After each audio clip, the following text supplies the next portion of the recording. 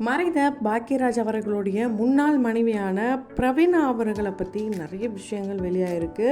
இந்த நிலையில் பாக்யராஜ் அவர்கள் இந்த அளவுக்கு உயர்ந்திருக்காருன்னா அதுக்கு முக்கிய காரணம் பிரவீணா அவர்களும் தான் அப்படின்ற மாதிரி சில பேர் அண்ட் அவர் கூட க்ளோஸாக இருந்த நிறைய நண்பர்கள் ஒரு சிலர் இப்போ ஒரு சில விஷயங்களை ஷேர் பண்ணியிருக்காங்க. எல்லாத்தையும் தொடர்ந்து வீடியோவில் பார்க்கலாம். அதுக்கு முன்னாடி இது வரைக்கும் யாரெல்லாம் நம்ம சினி சமூகம் சேனலை சப்ஸ்கிரைப் பண்ணலையோ அவங்க எல்லோரும் மறக்காமல் சப்ஸ்கிரைப் பண்ணிவிடுங்க. கூட பக்கத்தில் இருக்க பெல் ஐக்கனையும் மறக்காமல் ப்ரெஸ் பண்ணிவிடுங்க. பாக்யராஜ் அவர்கள் மறைந்ததுக்கு அப்புறமா நிறைய பேர் அவர் எப்படி மறைஞ்சாருன்னு நிறைய அதிர்ச்சியிலையும் இருந்தாங்க. சோகம் இப்படி எல்லாமே கலந்த ஒரு எமோஷ்னல் மொமெண்ட்டாக தான் இருந்துச்சு. இந்த நிலையில தான் பூர்ணிமா அவர்களை பற்றியும் அண்ட் அவருடைய முன்னாள் மனைவியான மறைந்த பிரவீணா அவர்களை பற்றியும் நிறைய விஷயங்களை அவர் கூட இருக்கிற ஒரு சிலர் இப்போ சொல்லிட்டு வராங்க. அந்த வகையில் இப்போ நம்ம பிரவீணா அவர்களை பற்றி பார்க்கலாம். அடுத்து நம்ம பூர்ணிமா அவர்களை பற்றி பார்க்கலாம். பிரவீணா அவர்கள் ஒரு பிறப்பிலேயே தெலுங்கு குடும்பத்தை சேர்ந்தவங்க. அவங்க குண்டூரில் இருந்த பள்ளியில் தான் படிக்கிறாங்க.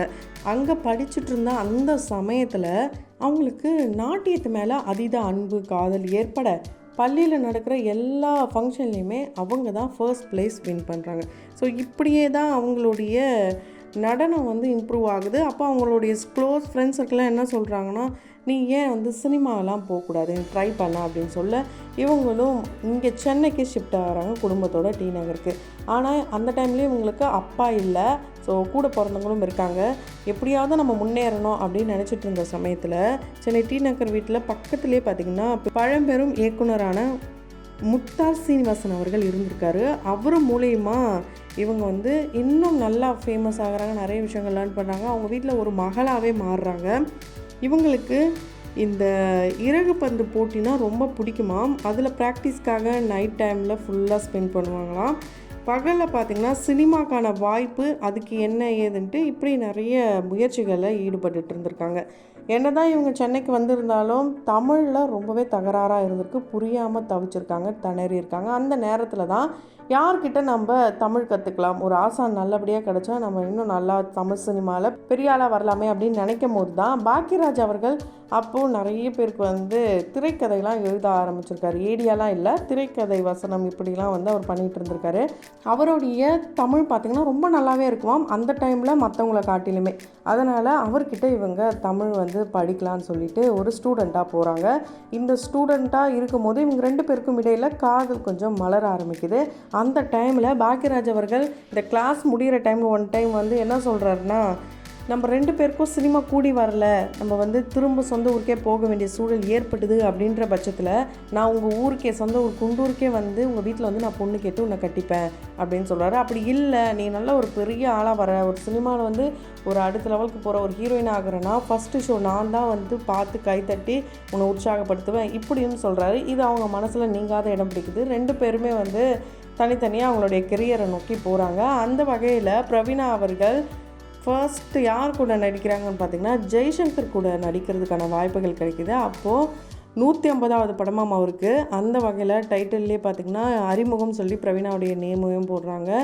டாக்ஸி டிரைவர் அப்படின்ற படம் தான் இவங்களுடைய முதல் படமாக இருந்திருக்கு. ஆனால் ஒரு சில காரணங்களால் அந்த படம் ரிலீஸ் ஆக தாமதமானதுனால மன்மத லீலைன்ட்டு கமல் சார் கூட நடித்த படம் ஃபஸ்ட்டு ரிலீஸ் ஆனதுனால ஃபஸ்ட்டு இதுதான் இவங்களுடைய அறிமுக படம்ன்ற மாதிரி எல்லாருக்கும் தெரிய வருது. அதுக்கப்புறம் தான் டாக்ஸி டிரைவர். இந்த ரெண்டு படமும் இவங்களுக்கு நினச்ச அளவுக்கு கை கூடலை. அதனால் இவங்க என்ன பண்ணுறாங்கன்னா, சரி கேரக்டர் ஆர்டிஸ்ட்டுக்கு போயிடலாம், ஹீரோயின் தான் நமக்கு செட் ஆகலாம் அப்படின்னு சொல்லி கேரக்டர் ஆர்டிஸ்ட்டாக போகிறாங்க. அப்படி தான் மாந்தோப்பு கிளியே அப்படின்ற படம் மூலயமா இவங்க ரொம்ப நல்லாவே ஒரு எப்படி சொல்கிறது தன்மானம் நடிப்பு அந்த ரொம்ப அழகாகவே வெளிப்படுத்துறதுனால இவங்களுக்கு நிறைய பட வாய்ப்புகள் வருது. தமிழில் மட்டும் இல்லாமல் மலையாளத்தில் சுண்டக்காரி, அதுக்கப்புறம் இது தொடர்ந்து தெலுங்கில் சீதாபதி சம்சாரம், கன்னடத்தில் அமர்நாத், இது போல் அடுத்தடுத்து பட வாய்ப்புகள் வந்ததை தொடர்ந்து இவங்க நல்லா டாப் லெவலில் இருக்காங்க.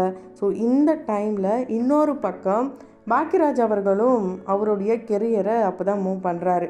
அந்த வகையில் பாரதிராஜா அவர்கள் கூட போயிட்டு ஏடியா ஜாயின் பண்ணுறாரு 16 வயது நிலை அப்படின்ற படத்தில். ஸோ இது எல்லாத்தையுமே நம்ம அவருடைய பயோகிராஃபிலே பார்த்துருந்தோம். இதுக்கு இடையில தான் அவங்க பீக்கில் இருக்காங்க, இவர் இப்போ தான் ஸ்டார்ட் பண்ணுறாரு. அந்த டைமில் இவங்களும் அவருக்கு நிறைய பட வாய்ப்புகள்லாம் வாங்கி கொடுக்குற வேலைகளும் பார்க்குறாங்க.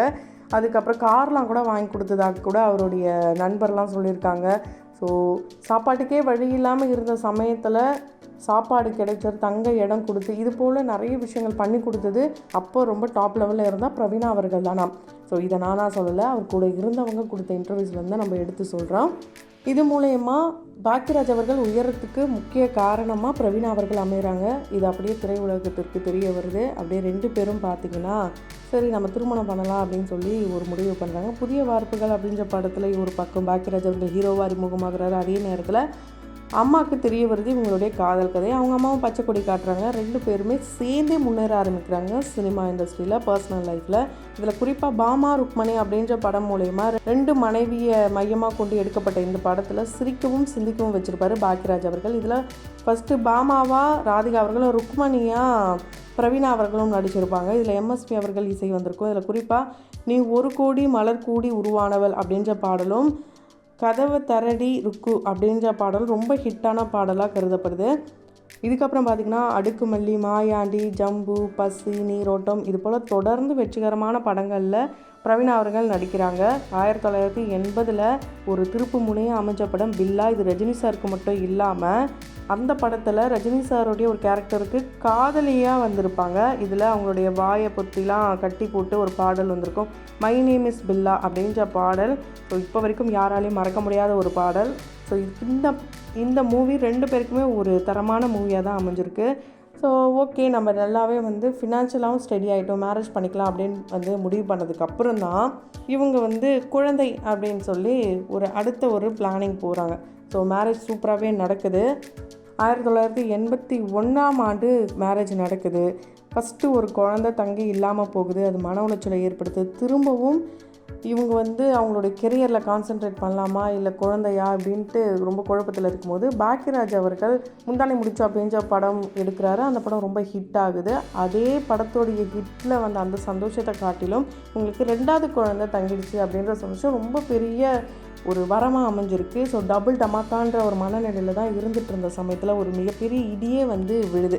அது என்னென்னா, அவங்களுடைய கர்ப்பப்பை குழாயில் உருவானதுனால அது மிகப்பெரிய ஒரு கிரிட்டிக்கலான ஸ்டேஜை கொடுக்குது. ஸோ இதனால் கண்டிப்பாக ஆப்ரேட் பண்ணிடணும், இந்த குழந்தையும் வேண்டாம் அப்படின்ற மாதிரி ஆப்ரேஷனும் பண்ணுறாங்க. அதுக்கு தேவையான மருந்துகளும் எடுத்துக்கிறாங்க. அந்த மருந்து கொடுத்த சைடு எஃபெக்டால் இவங்க மஞ்சக்காமலை நோயால் பாதிப்பு அடைகிறாங்க. ஸோ அது மூலயமா ரொம்பவே உடஞ்சி போயிட்டு, ஒரு பக்கம் அவர் தன்னுடைய மனைவியை எப்படியாவது காப்பாற்றணும்னு போராடிட்டு இருந்தாலுமே படுத்த படுக்கே ஆகுறாங்க.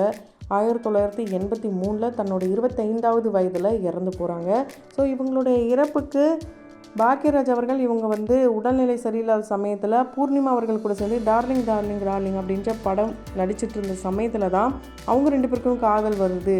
இவங்க 2 பேரும் காதல் விஷயம் தெரிஞ்சு இவங்க மன உளைச்சலில் இறந்துட்டாங்க அப்படிலாம் கூட ஒரு சிலர் சொல்கிறாங்க. அது எந்தளவுக்கு உண்மை தெரியல. நம்ம பூர்ணிமா அவர்களுடைய அவங்கள பற்றி பேசும்போதும் அவங்கள பற்றி ஸ்டோரி தெரிஞ்சுக்கும் போதும் நம்ம அதுக்குள்ளே டீப்பாக போகலாம்.